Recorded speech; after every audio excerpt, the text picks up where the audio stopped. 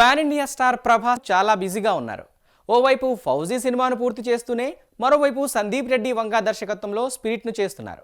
ఇవి కాకుండా ప్రభాస్ లైనప్లో పలు భారీ సినిమాలు ఉన్నాయి. అవే సలార్ 2, కల్కి 2.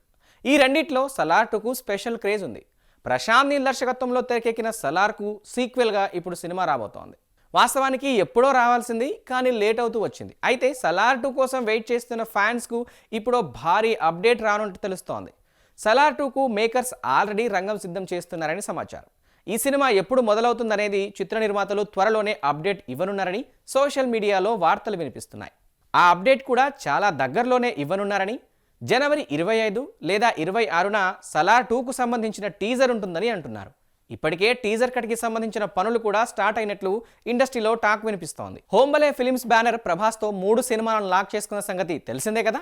అందులో భాగంగానే సలార్ 2 2026లో వస్తుందని ప్రామిస్ చేశారు. మరి ఇచ్చిన మాటను నిలబెట్టుకుంటూ సలార్ 2ను ఈ ఇయర్లోనే రిలీజ్ చేస్తారేమో చూడాలి.